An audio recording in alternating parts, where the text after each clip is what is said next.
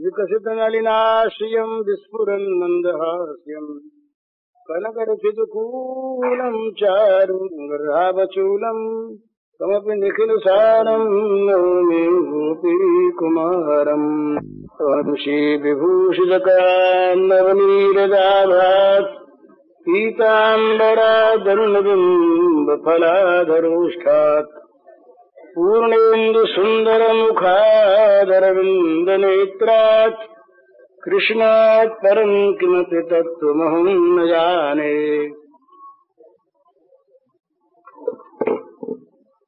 कल के 2 प्रश्न बाकी हैं, उन पर संक्षेप में कह देने के बाद फिर आज की और चीज समय रहा तो कही जाएगी। एक प्रश्न थोड़ा रूखा सा है, पर है बड़े काम का। प्रश्न है,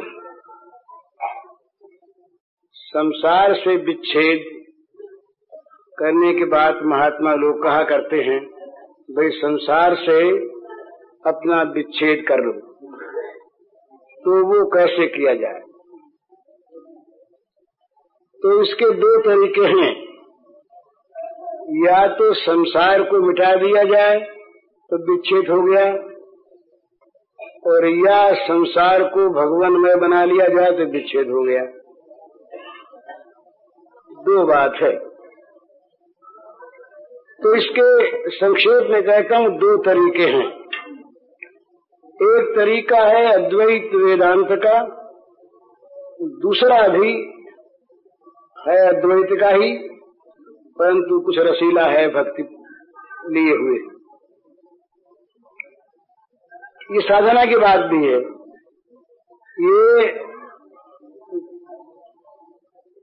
जगत क्या है, इस संबंध में बहुत लंबे चौड़े व्याख्यान हैं, उनकी आवश्यकता नहीं। परंतु थोड़े में समझने के लिए साधना की दृष्टि से 3 चीज है: दृष्टा, दर्शन और दृश्य। देखने की चीज, देखना और देखने वाला। तो देखने वाला देखने की चीज से अलग है। देखने की चीज दृश्य, उसका शास्त्रीय नाम दृश्य है, और देखने वाला दृष्टा, और देखना दर्शन, ये शास्त्रीय नाम है। तो अपने को पहले तो देखने वाला बनावे, दृश्य से अलग देखने वाला बनावे, भोगने वाला नहीं। भोक्ता संसार के साथ, दृश्य के साथ मिला हुआ है, और दृष्टा देखता है, मिला हुआ नहीं है।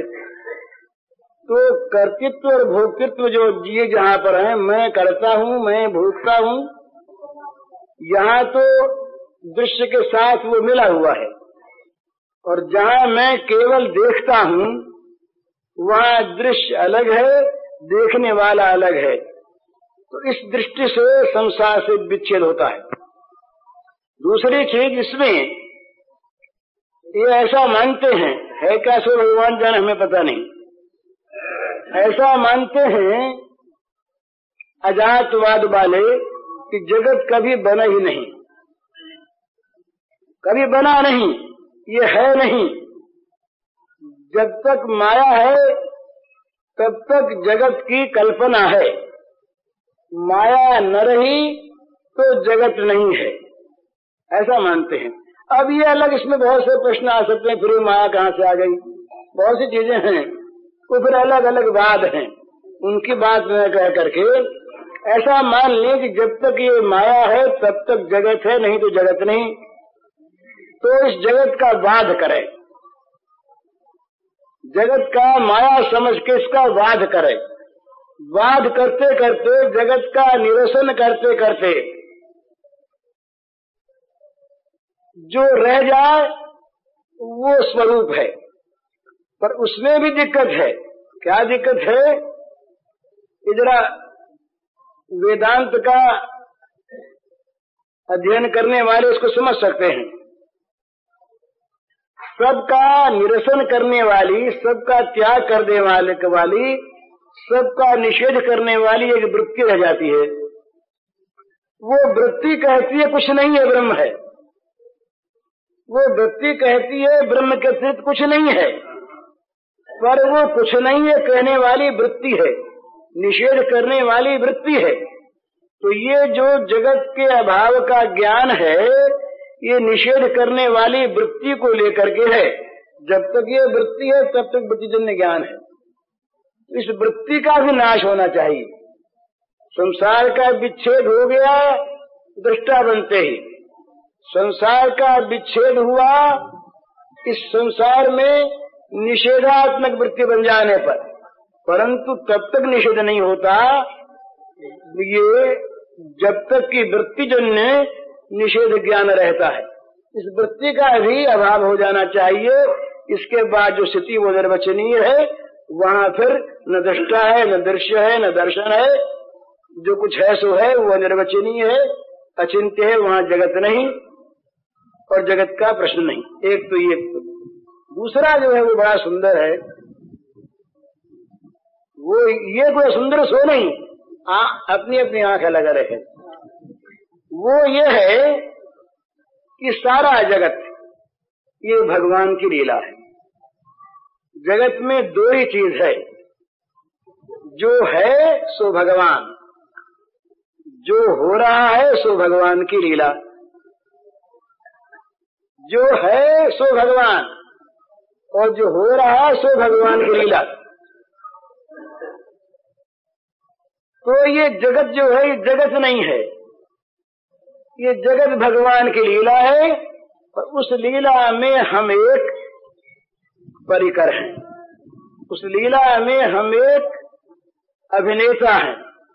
उस लीला में हमारे जिम्मे भी भगवान ने कुछ खेलने के लिए पाठ दिया है।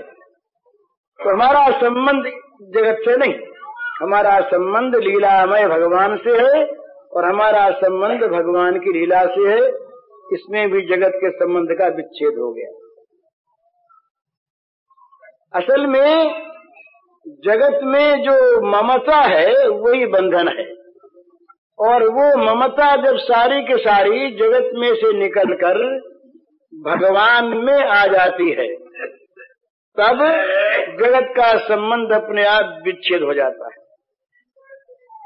तीसरा एक भाव है इसी का, वो भाव है भगवत प्रेम का।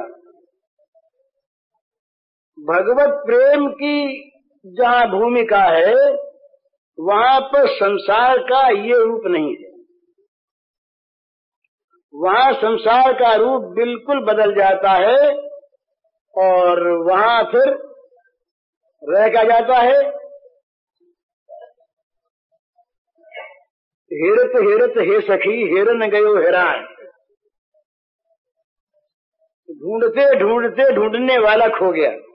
बात वही, श्री गोपांगनाओं ने भगवान के अंतर्धान हो जाने पर रास मंडल में, रासोत्सव के दिन शारदीय रात्रियों में जब वो भगवान अंतर्हित हो गए, तो इन्होंने भगवान को खोजना शुरू किया। खोजना इसी का नाम है। हम लोग खोजते कहाँ हैं? अपनी याद रख के उनको खोजते हैं, अपने को बनाए रखकर उनको खोजते हैं, अपनी सत्ता की रक्षा करते हुए किसी अनंत सत्ता को चाहते हैं, तो ये सत्ता उसमें बाधक हो जाती है। गोपियों ने खोजा कैसे? खोजते खोजते उन्होंने अपने को भुला दिया। श्रीमद् भागवत के रास पंचाध्याय में आता है, उन्होंने खोजते खोजते अपने को भुला दिया। खोजने वाली नहीं रह गई कोई।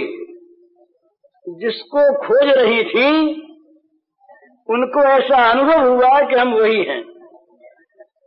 जिनको खोज रही थी उन्हें स्वयं अनुभव हुआ कि हम वही हैं, और इसका प्रमाण वो लीला करने लगी। किसी ने गोवर्धन उठाया, किसी ने काली नाग नाथा, किसी ने माखन चोरी की।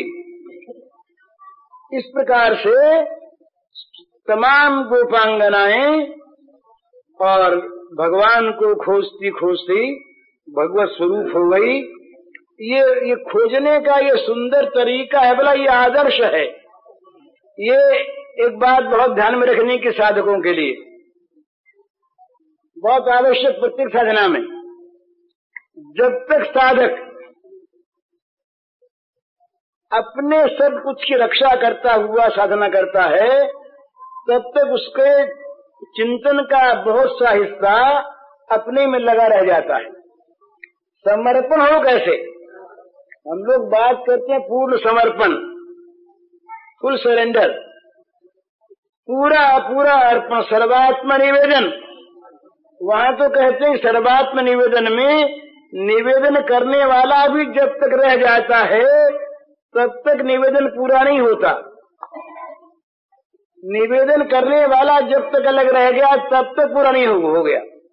और जब तक निवेदन की बात तो अलग रही, अपने आप की पूरी रक्षा करता हुआ, अपने आप को पूरा पूरा बचाता हुआ, और अपने बचाने में अपने मन का, अपनी बुद्धि का, अपने इंद्रियों का, अपनी सारी चातुरी का प्रयोग करता हुआ जब वो भगवान को चाहता है, तो भगवान कहते हैं भैया तुम मुझको कहाँ चाहते हो,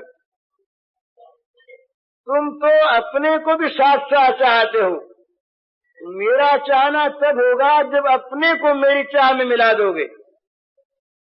अपने को, अपनी चाह को नहीं, जब तुम अपने आप को मेरी चाह में मिला दोगे, मेरी चाह ही तुम्हारा जीवन बन जाएगा। भगवान की चाह ये प्रेमी का जीवन, जीवन का स्वरूप भगवान की चाह। तो ये जब इस प्रकार की अनन्य चाह पैदा होती है, उस समय जगत नहीं रह जाता। जगत का सारा संबंध विच्छिन्न अपने आप हो गया और रह गया केवल जिसको हम चाहते थे वही। अब वो क्या है, इसकी कल्पना हम बहुत तरह से कर सकते हैं। वो हमारा प्रेमास्पद है, वो हमारा भगवान है, वो हमारा ईश्वर है, वो हमारा जीवन है, वो हमारा आत्मा है, वो ब्रह्म है। किसी नाम से मुझको कह लें, पर जब वो रह जाता है और हम अपने आप को उसकी चाह में विलीन कर देते हैं, तब तो वहां पर केवल लीला में दो चीज रहती है, नहीं तो लीला सांग नहीं होती, प्रेमी और प्रेमास्पद। अब वो प्रेमी और प्रेमास्पद में वहां पर भी इतनी एकता होती है कि प्रेमी प्रेमास्पद हो जाता है और प्रेमास्पद प्रेमी बन जाता है। ये कुछ अनोखी सी बात लगेगी, ब्रज की आराधना में इस तरह की चीज आती है, जहां वो इसीलिए वहां पर श्री राधा के दो स्वरूप माने गए हैं, तो दो स्वरूप माने गए हैं। राधा आराधिका और राधा आराध्या। भगवान राधा के आराध्य देव हैं और सारा ब्रज राधा की काव्य रूपा समस्त श्री गोपी जन ये श्री कृष्ण की उपासना में, श्री कृष्ण के आराधन में संलग्न है। यहाँ पर श्री कृष्ण आराध्य हैं और राधा आराधिका हैं, आराधन करने वाले। तो एक ये स्तर आता है जिस स्तर में राधा आराध्या हो जाती हैं और श्री कृष्ण आराधक बन जाते हैं। श्री कृष्ण उपासक हैं और श्री राधिका उपास्या हैं। ये डरने की बात नहीं है, ये समझने की चीज है कि जहाँ साधना अत्युच्च कोटि में पहुंचती है कोई भी, वहाँ ये परस्पर का भेद मिटने लगता है और एक दूसरे में एक दूसरे का इस प्रकार का भाव प्रकट होता है और उसके बाद जो एकात्मता होती है वो फिर अंतर्वचनीय होती है, उसको कहा नहीं जाता। तो ये रसिकों की भाषा में निकुंज के द्वार तक का वर्णन होता है, निकुंज के द्वार का वर्णन आता है, निकुंज के अंदर का वर्णन नहीं आता। क्यों नहीं आता? वो अचिंत्य है, वो अनिर्वचनीय है, वो कहने सुनने की वस्तु नहीं। वो जब कभी किसी भाग्यवान को उस प्रकार का सौभाग्य प्राप्त होता है तो वो उसे दर्शन भले ही कर ले, अनुभव भले ही कर ले, अनुभूति की वस्तु है, वाणी की वस्तु नहीं, चित्त के द्वारा चिंतन करने की वस्तु भी नहीं। तो इस प्रकार होते होते जब केवल भगवान रह जाते हैं और वो भगवान स्वयं और असल में पहले भी एक ही हैं, ये प्रेमी और प्रेमास्पद पहले दो नहीं है, ये केवल लीला है। तो इस लीला में आरंभ से ही जगत नहीं रहता है, जगत का उच्छेद है तो जगत के साथ संबंध नहीं रहा, ये तीसरी बात। तो ये संक्षेप में उनके प्रश्न का उत्तर है। दूसरा प्रश्न है भगवान के नाम के संबंध में। तो नाम के संबंध में दो चीज है। नाम की जितनी महिमा गाई गई है उतनी महिमा शायद किसी साधन की नहीं गाई गई। निर्गुणवादी संत, सगुणवादी संत, कबीर, दादू, नानक, रैदास, ये सब भी, और तुलसीदास, सूरदास भी, आचार्यों में अद्वैतवादी आचार्य भी, भगवान शंकराचार्य सहस्र नाम पर भाष्य करते हैं। विष्णु सहस्र नाम पर शंकराचार्य का भाष्य है। शंकराचार्य ने बहुत बड़ी बड़ी नाम की स्तुतियां की हैं, अन्य आचार्यों ने तो की है। तुलसीदास, सूरदास ये नाम पर मरे फिरते हैं। गांधी जी की बात उसे सुनाई थी मैंने। नाम के संबंध में गांधी जी से मेरी बहुत दफे बातचीत हुई, पर 3 प्रसंग ऐसे हैं जो गांधी जी के साथ मेरे आए। एक बार तो एक राम नाम के आढ़तिया थे, लक्ष्मणगढ़ के थे जयपुर स्टेट में। वो बही रखते थे और सबसे लिखवाते थे, इतना मैं जप करूंगा रोज। उन्होंने लाखों सहियां करवाई, पढ़े लिखे नहीं पर बड़ा सुंदर उनका काम। तो बंबई आए, हम लोगों के पास बहुत आते थे।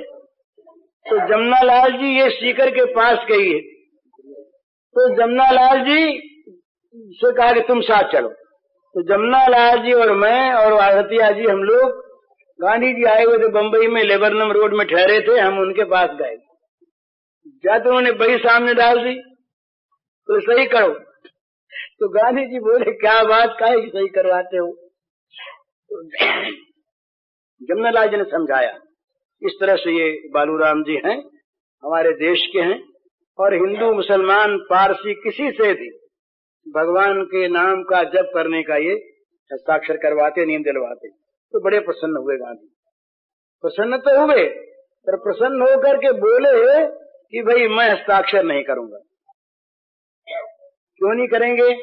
वहां तो प्रश्न था बालूराम जी का, आरती जी क्यों नहीं करेंगे? तब बोले वो कि बड़ी सुंदर चीज, उनकी नाम निष्ठा उस दिन मालूम हुई। उन्होंने कहा कि जब मैं अफ्रीका में था तब तो मैं संख्या रख के जप करता था, लेकिन अब तो मैं दिन भर जप करता हूँ। इसलिए थोड़े समय के लिए मैं हस्ताक्षर क्या करूं, इतनी संख्या में करूंगा, ये मैं क्यों लिखूं, क्यों? उसके बाद उसी दिन हम गए मालवीय जी के पास, वो ठहरे थे राजा गोविंद लाल के यहाँ, वहां गए, उन्होंने सही कर दी।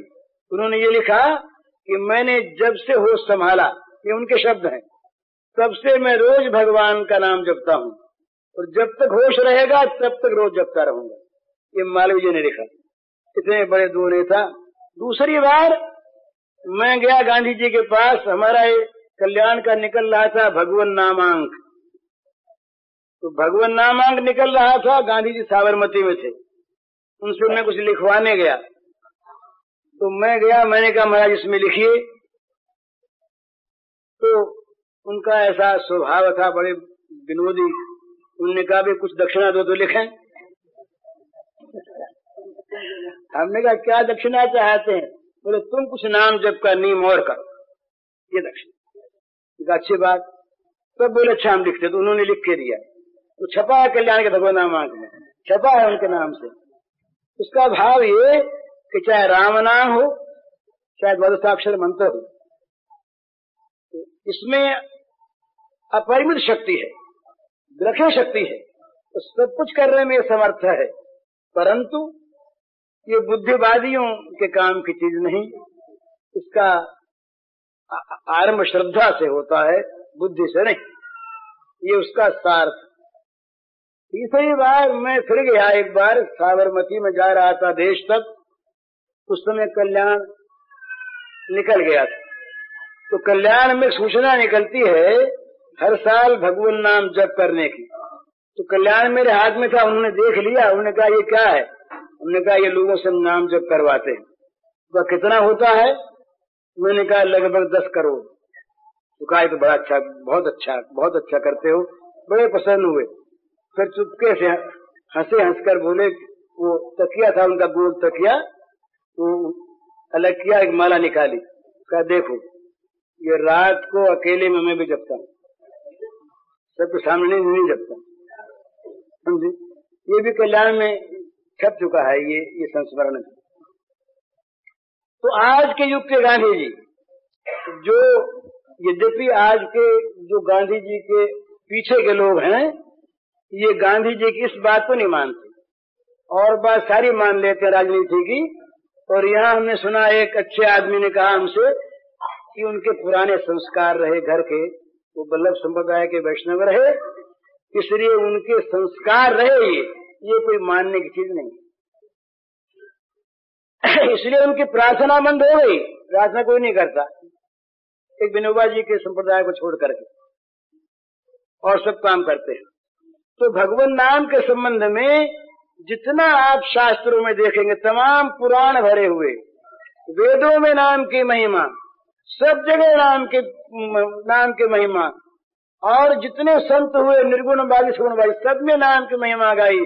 और आज के गांधी जी तक ने, जिनको हम सुधारकों में श्रेष्ठ मानते हैं, जो राष्ट्रपिता माने जाते हैं, उनका भी ये मत छपा हुआ है।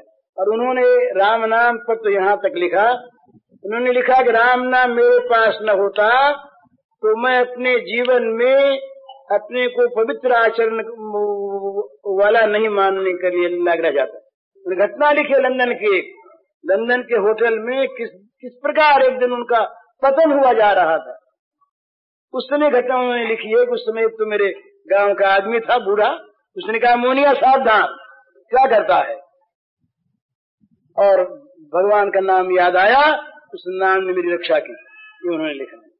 और नाम के द्वारा उन्होंने लिखा कि मैंने तो चमत्कार प्राप्त किए नाम के द्वारा, सिद्धियां प्राप्त की नाम के द्वारा, रोगों से लोगों को मुक्त किया नाम के द्वारा, राम नाम परम औषधि है, ये उन्होंने लिखा।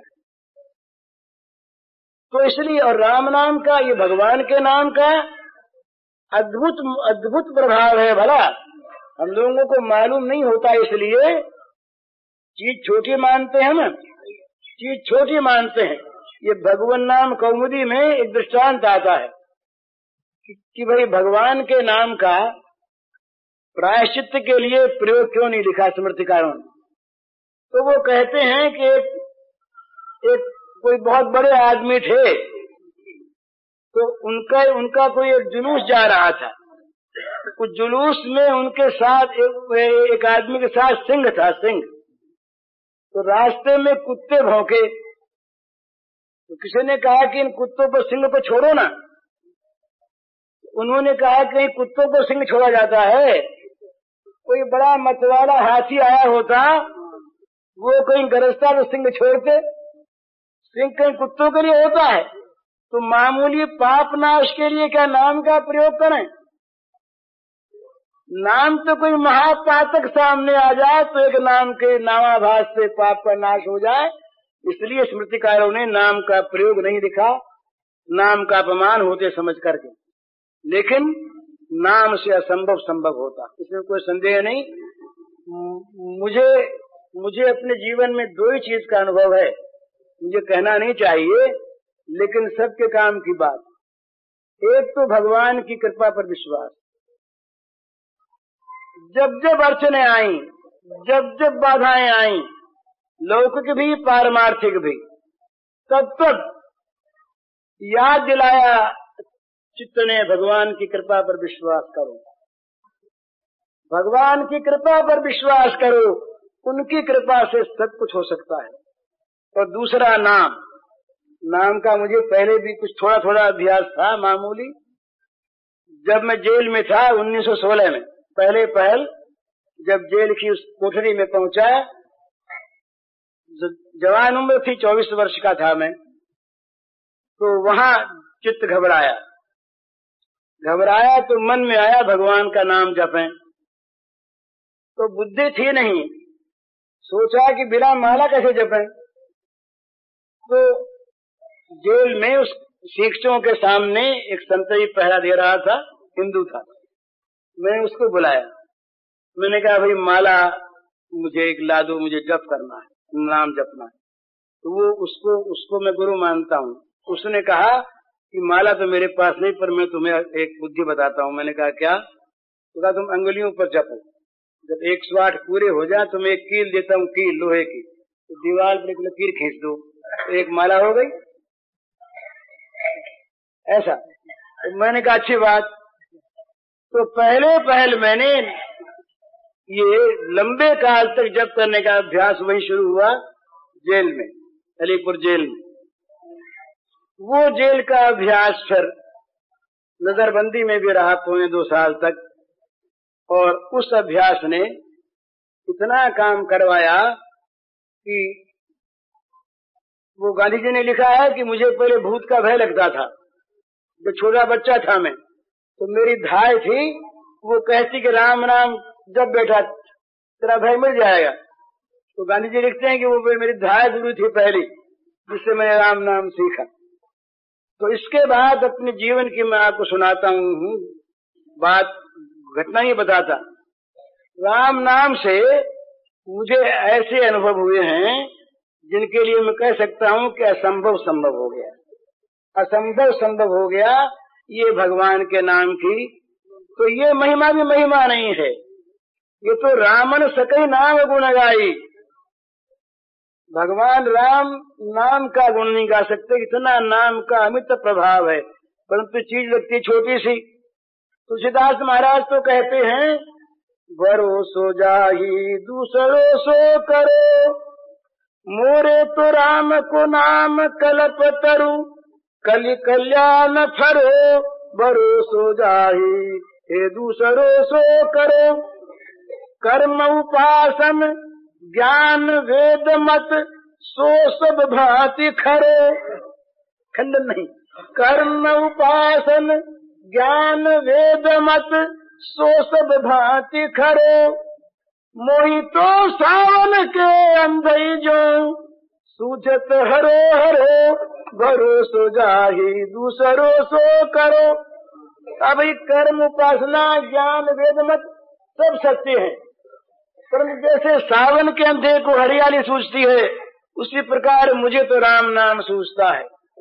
चाचत रहे स्वान पातर जो, कबहु न पेट भरो।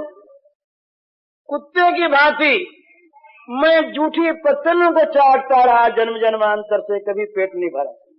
यही तो हम लोग करते हैं। रात दिन भोगों की उपासना में कुत्ते की भांति पत्तलें चाटते हैं, कभी पेट भरता है और चाहिए चाहिए चाहिए, कभी तृप्त नहीं होती।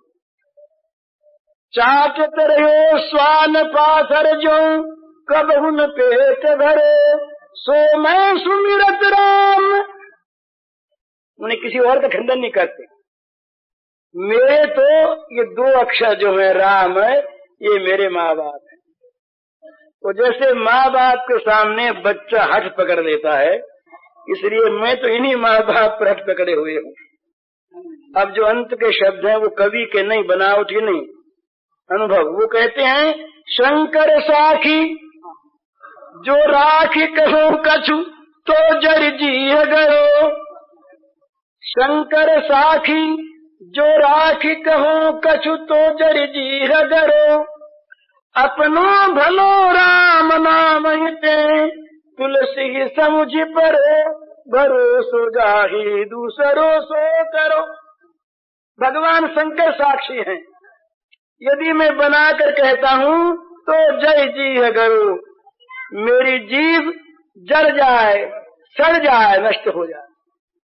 अपना भला अपनो भलो राम नाम हिते तुलसी समुझ परो, तुलसी को अपना भला राम नाम में दिखाई दिया। ये कितने विश्वास के शब्द हैं, बताइए कितनी विश्वास की चीज है। तो राम नाम, भगवान का नाम विश्वास पूर्वक, श्रद्धा पूर्वक ले, तब तो कहना ही क्या है। जब नाम मीठा लगता है ना, तो क्या होता है, क्या होता है, फिर छूटता नहीं। जब तक मिठास नहीं आती, चैतन्य महाप्रभु ने बताया नामे रुचि जीवे दया वैष्णव सेवन, नामे रुचि, भगवान के नाम में रुचि हो जानी चाहिए, मीठा लगे, स्वाद आ जाए। जब तक स्वाद ना आवे तब तक नाम कैसे ले, इस पर भी लिखा है। बड़ा सुंदर उन्होंने बताया है कि जो पित्त का रोगी होता है ना, पित्त के रोगी की जीभ कड़वी हो जाती है पित्त के कारण से, उसको मिश्री भी कड़वी मालूम होती है। हालांकि मिश्री काली, मिश्री कड़वी नहीं, लेकिन मिश्री पित्त की दवा भी है। तो मिश्री मीठी है इसलिए नहीं, पित्त रोग नाश की दवा है इसलिए खाना शुरू कर दे। और मिश्री खाते खाते जो जो पित्त नाश होगा, त्यों त्यों जीभ की कड़वास मिटेगी। जीभ की कड़वास गई कि मिश्री मीठी है। इस प्रकार से भगवान का नाम अगर मीठा न भी लगे, है तो बड़ा मीठा, जब तक न मीठा लगे जीभ की कड़वास के कारण, तब तक दवा की भांति उसे लेते रहो। है मीठा ही है जिह्वे रस सारज्ञे सर्वदा मधुर प्रिय, श्री राम नाम पीयूषम पिब जिह्वे निरंतरम। तो संत कहते हैं अरे जीव, तू रस के सार को जानने वाली है, हे जिह्वे रस सारज्ञे सर्वदा मधुर प्रिय, तुझे निरंतर मीठा अच्छा लगता है। ये भगवान का नाम पीयूष है, अमृत है, निरंतर इसे पीती रहे। तो जब तक नहीं मीठा लगता तब तक दवा की भांति लें, दवा की भांति लाभ होगा।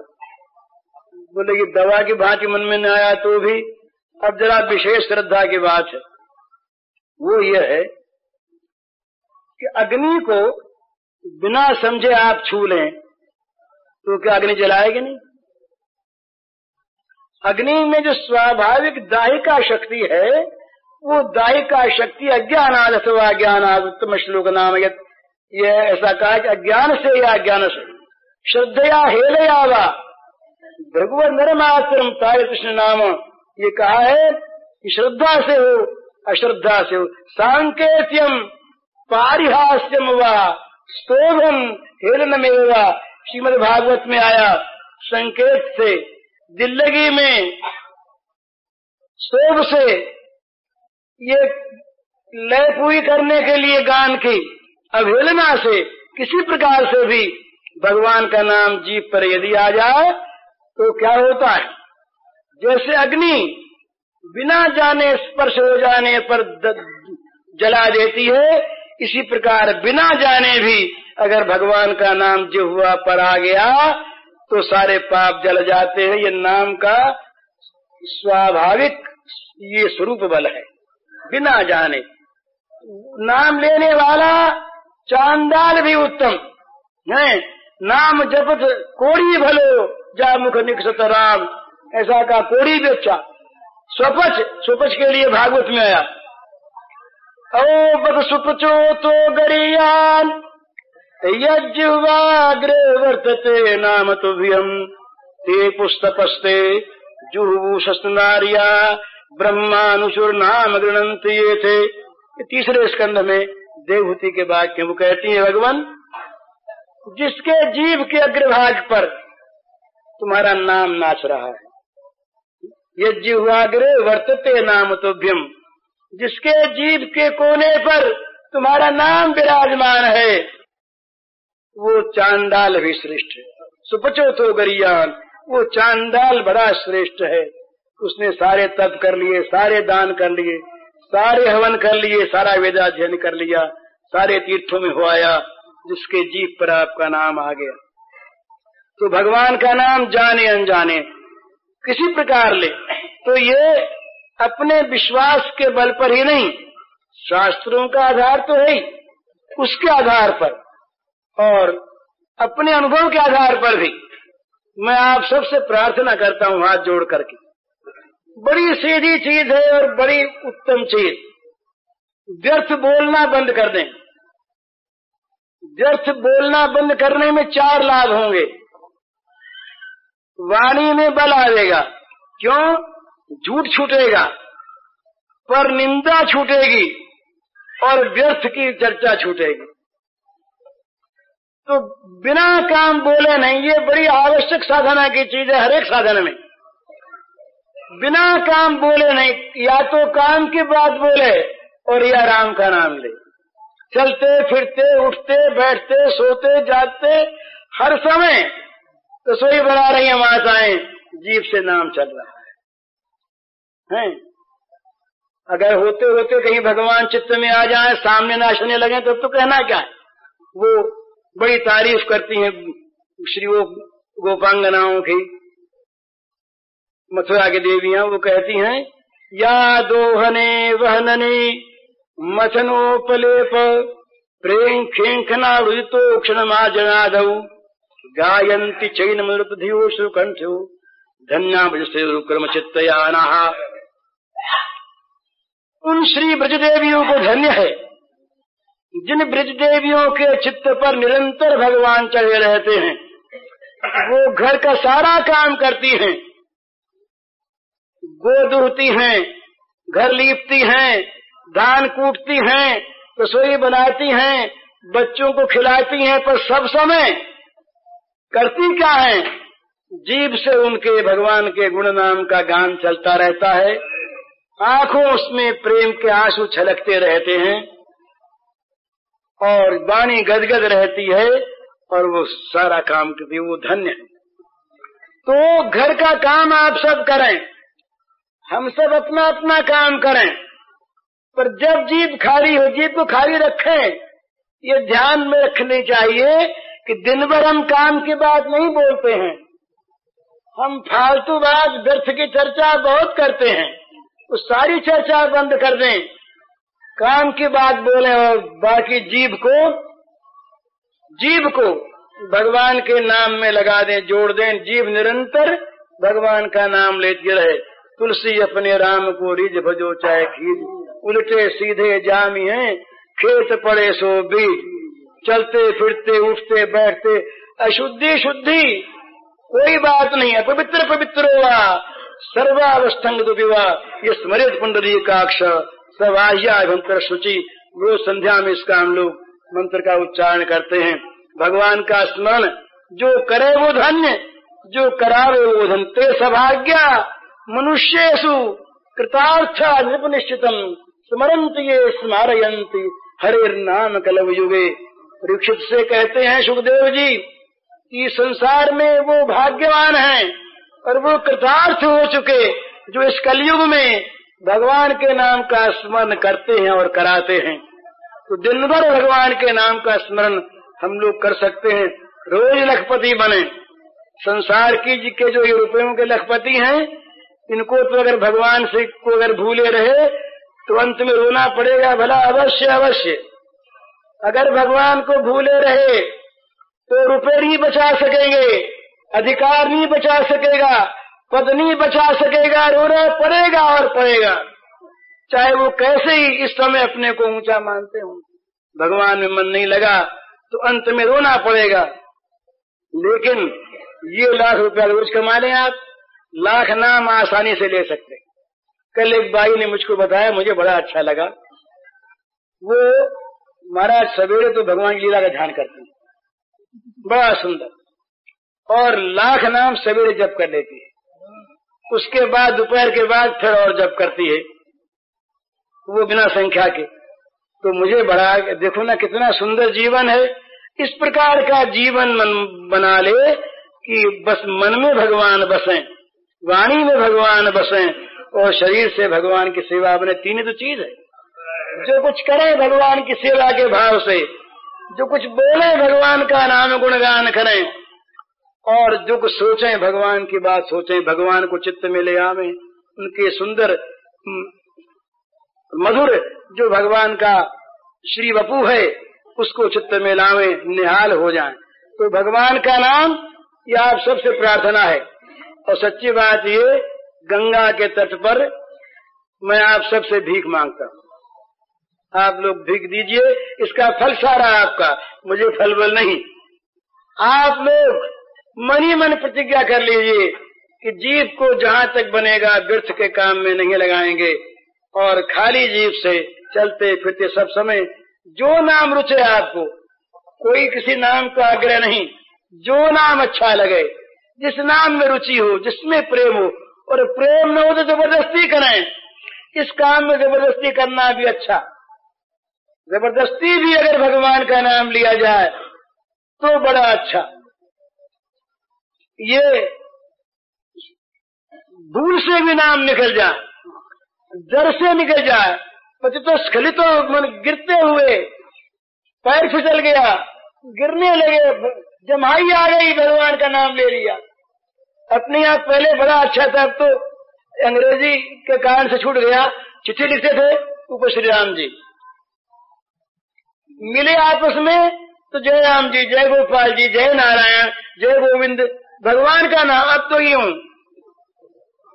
सिर में मार ली अपने है?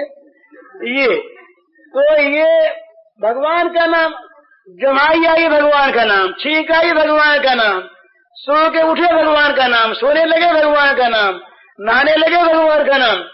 किसी प्रकार से ये जीवन में 10-20 बार 50 बार भगवान का नाम आ जाए जिह्वा पर, पवित्र हो गया, पवित्र हो गया, एक अंग भगवान से लग गया, पवित्र हो गया। रामकृष्ण ने, परमहंस ने लिखा एक जगह, विवेकानंद के गुरु लिखा है कि अमृत का कुंड कोई हो, उसमें चाहे उतर करके कोई नहा ले, और चाहे कोई भूल से गिर पड़े, और चाहे कोई ढकेल दे, अमृत के कुंड में अगर अवगाहन हो गया तो अमर हो गया। इसी प्रकार भगवान का नाम मन से ले, मन से ले, भूल से निकल जाए, और चाहे जबरदस्ती लेना पड़े तो इसमें लाभ ही लाभ, लाभ ही लाभ। भगवान के नाम के समान लाभ की कोई चीज नहीं। एक छोटी एक कहानी कह दूं मैं आपको, कहानी। नाम की तो अमित महिमा है, नाम की महिमा का वर्णन तो महीनों तक होता रहे तो चुकता नहीं। एक कहानी सुनी मैंने एक महात्मा से, बड़ी अच्छी। उन्होंने कहा भाई भगवान के नाम को कोई बेचे नहीं, वैसे कहा करते बोले बेचना मत। और बड़े बड़े महात्मा, अयोध्या में गोमतीदास जी महाराज से जो जाता नाम, वृंदावन में रामकृष्ण जी महाराज से जो जाता नाम, और कुछ नहीं, बोले नाम लो, और सब बातों में से कुछ नहीं, बड़ी बड़ी बातों में कुछ नहीं पाया, नाम नाम बताते। तो एक महात्मा ने कहा नाम को बेचना मत। उन्होंने कहानी सुनाई। उन्होंने कहा भी 2 भाई रहे, कहानी चाहे कल्पित हो पर है बड़े काम की। 2 भाई थे, छोटा भाई बड़ा भाई। तो बड़ा भाई जरा संतों की सेवा करता, छोटा भाई उससे जरा नाराज रहता तो और न वो भगवान का नाम लेता, तो बड़े भाई के मन में आई कि भाई छोटा भाई है, ये मेरा भाई है, ये भी भगवान में लगे। तो एक बार एक संतों की मंडली आई, तो संतों की मंडली में वो गया बड़ा भाई, उसने कहा महाराज एक दिन आप पधारें, मेरा भाई जो है ये नाम विमुख हो रहा है, भगवान विमुख हो रहा है, कैसे इसको लगावे? तो उसने कहा हम उपाय करें। उपाय यह है कि तुम हमको एक दिन जमाओ और बाजे गाजे के साथ ले जाओ, बाजा बजाते हुए फिर सब उपाय हम कर लेंगे। तो संतों को वो बस सवारी निकाली, जुलूस निकाला और बाजे बजते हुए और घर में रसोई बने। तो छोटे भाई ने पूछा ये क्या दंगा आज है? तो बड़े भाई ने कहा संत आ रहे। वो संत आ रहे फिर बाजे बाजे कैसे? पूरे संतों की सवारी आ रही है। तो उसने कहा हमसे ये सब रंगा नहीं देखा नहीं जाता। अब उनके सामने बोल के तो क्या करें, हम अपना कोठरी में बंद हो जाते हैं, संत फंत जब यहाँ से निकल जाएंगे तब चले आएंगे। तो कोठरी में जा करके अपने आप उसने अंदर से बंद कर लिया, अंदर बैठ गए, बाजे से आए, भोजन तो समाप्त हो गया। तब संत ने कहा कि देखो भाई हम तो यहाँ रह जाते हैं, इसी बाजे के साथ मंडली को भेज दो, हम अकेले रहेंगे, उपाय करेंगे। तो कहा अच्छी बात, सारी मंडली को भेज दिया, बाजा बजा, इन्होंने समझा कि वो गए, अब खोलते हैं। और वो जो संत थे वो ठीक दरवाजे पर किवाड़ों के पास आके खड़े हो गए मजबूती से। किवाड़ खोला उसने, खोलते हाथ पकड़ लिया। अभी आजन में ब्रह्मचारी संत, इनके बल का भी क्या ठिकाना, हाथ छुड़ाए बहुत, कसमस का छोड़े नहीं यार, तो छोड़ हाथ। तो कहा राम नाम कर छोड़ूंगा, एक बार राम नाम कह दे। तो नहीं कहूंगा, नहीं कहूंगा, छोड़ हाथ। अब छूटे रही, कसमस बहुत करे, आकर हैरान हो गए, अच्छा राम छोड़ दे हाथ। तो हाथ छोड़ दिया। पर देख याद रखना, बेचना नहीं, बेचना नहीं, याद रखना। हाथ तो छोड़, हाथ छूट गया। संत अपने निवास स्थान पर लौट गए। होते होते बड़े भाई की मृत्यु हो गई, इनकी भी मृत्यु हुई। इन्होंने जीवन में बहुत अनाचार दुराचार ये कराए थे। यमलोक में गए, यमलोक में वहां हिसाब किताब देखा जाने लगा। तो कहा भी इनके कितना पुण्य कितना पाप क्या क्या है। तो ये कहा गया कि एक बार इसने राम नाम लिया है मुंह से, ये तो पुण्य है, और बाकी सब तो ऐसे ही ऐसी चीज है। तो यमराज ने पूछा कि बोलो भाई तुम पहले राम नाम का फल लेना चाहते हो या औरों का? बोले राम नाम। तो बोले क्या फल दें? अब उसे याद आ गई संत की बात की, बेचना नहीं। उसने कहा कि जो राम नाम का फल उसे दे दो। अब राम नाम के फल की कल्पना यमराज कैसे करे? उसका तो कोई कूटा हुआ फल नहीं है, जितना चाहे उतना ही फल, जो चाहे वो फल। तो यमराज ने कहा हम जानते हैं तुम जो कहो दे दे, तुम जो मांगो वो राम नाम के फल में तुमको मिल जाएगा, तुम्हारे सारे पाप नाश कर दें, और कुछ बोलो दे दे, जो चाहो। उसने कहा हम नहीं कहते, हम तो बेचते नहीं, हमको सिखाया गुरु ने बेचना मत, तुम जो समझो ठीक इसका मूल्य वो दे दो। बोले हम तो मूल्य नहीं समझते। बोले कि समझाओ। तो बोले अच्छा इंद्र के पास चलो। उसने कहा हम नहीं जाते ऐसे, पालकी में अगर तुम लगो और हमको ले चलो तब तो जा। अच्छा साहब पालकी बनी, पालकी में एक तरफ यमराज लगे, 3 देवता और लगे, इंद्रलोक में गए। जब देखा स्वर्ग में देवराज ने कि ये क्या चीज है, ये यमराज स्वयं धोखे ला रहे, कौन आ रहा है? सामने आए इंद्र ने कहा क्या बात है? बोले एक आदमी है, जीव है, ये कहता है राम नाम का फल जो हो सो दे दो। तो राम नाम का क्या फल दें? ये कहा कि साथ चलो हमारे इंद्र के पास। तो कहा तुम लगो तो चलें। तो क्या फल? उसने इंद्र ने कहा ये तो हमारे बस की बात, भगवान के नाम का फल कौन कूटे? रावण से कहीं नाम गुनेगा, भगवान के नाम का की कीमत कौन आके? चले ब्रह्मा के पास। तो उसने कहा तुम भी लगो, तब जाएंगे तो नहीं जाएंगे। तो इंद्र लगे और यमराज लगे, ब्रह्मा जी के पास गए। ब्रह्मा जी ने आश्चर्य किया, वहीं ऐसी बात हुई। ब्रह्मा ने पूछा क्या बात? बोले ऐसी बात। ब्रह्मा ने कहा हम नहीं जानते फल राम नाम। भगवान के नाम का फल तो नाम जपते हैं शंकर जी, उनसे पूछें। वहां चलो, बोले आप साथ चलो, बोले आप लगो तो हम बैठे तीनों लगो इसमें। इंद्र लगे, यमराज लगे, हंसने की बात नहीं है। फल तो इतना न मालूम कितना विचित्र होता है कि चाहे कल्पना हो सब सिद्धांत की बात है। ब्रह्मा लगे, शंकर के पास गए। शंकर ने कहा हम तो भैया रात दिन जपा करते हैं, हमने कभी फल के पास सोचे ही नहीं, राम नाम का भी कोई फल होता है क्या?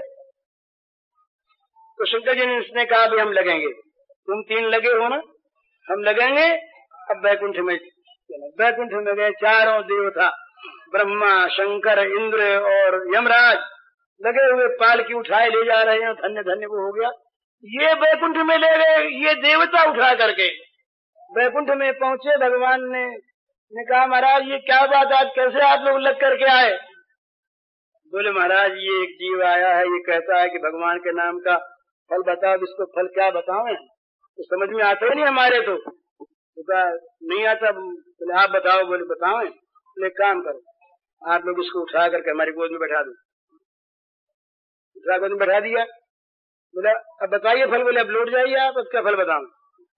ये फल हो गया ना, एक राम नाम जबरदस्ती बीजो ले लिया, उसको आप चारों पालकी में बैठा करके यहाँ ले आए, मेरी गोद में बैठ गया, बस ये फल हो गया।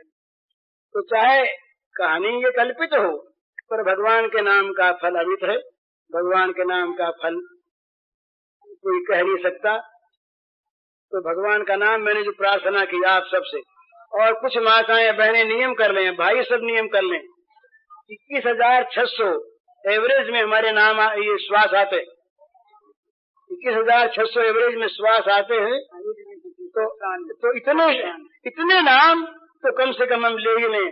कोई नाम हो, राम हो, कृष्ण हो, हरि हो, गोविंद हो, जनार्दन हो, शिव हो, दुर्गा हो, कोई नाम हो, जो नाम जिसको प्रिय हो वो नाम इतना तो ले ही लें। और इतना न ले सके बाबा, जितना ले सके उतना ही लें, पर राम नाम से नाता जोड़ लें। राम न भगवान के नाम से संबंध जोड़ लें। भगवान का नाम जिह्वा पर रहा तो निहाल हो जाएंगे। ये 2 प्रश्नों का उत्तर संक्षेप में, और प्रश्न तो और भी रह गए हैं। और पीछे हरिओम जय सिया राम, जय जय सिया राम,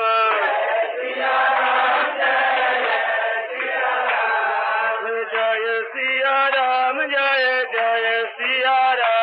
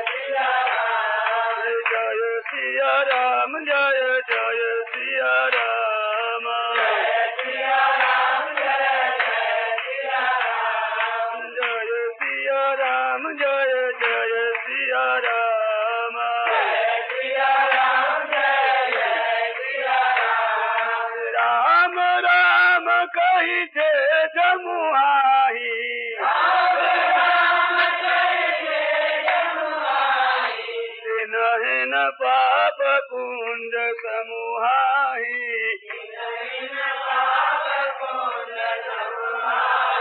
जय सिया राम, जय जय सिया राम, जय सिया राम, जय सिया राम, जय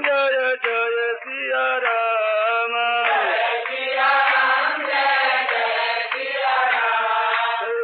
सिया राम, जय सिया राम, जय जय सिया राम,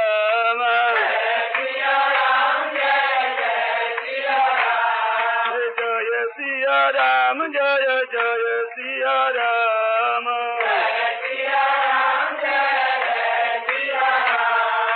राम सकल नामन ते अधिकार,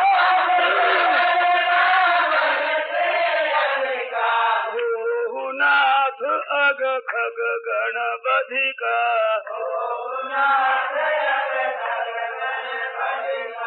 जय सिया राम जय जय सिया राम जय सिया राम जय जय सिया राम जय सिया राम जय जय सिया राम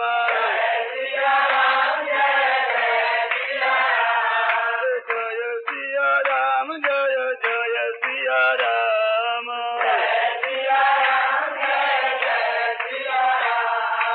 जय सिया राम जय जय सिया राम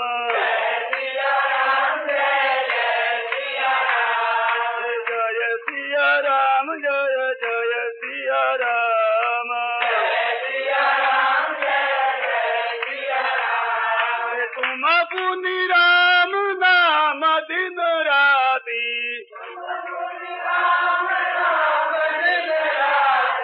सादर जपहु अनंग राती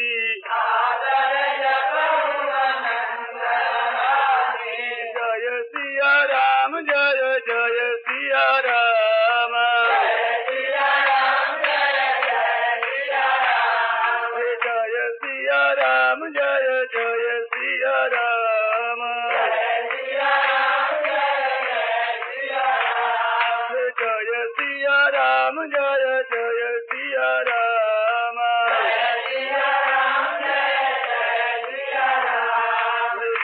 सिया राम जय जय सिया राम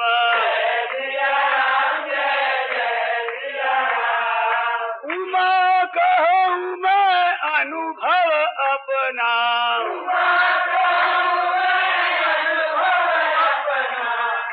हरि भजन जगत सब सपना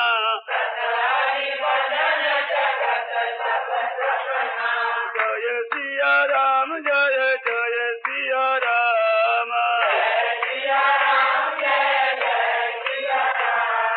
जय सिया राम जय जय सिया राम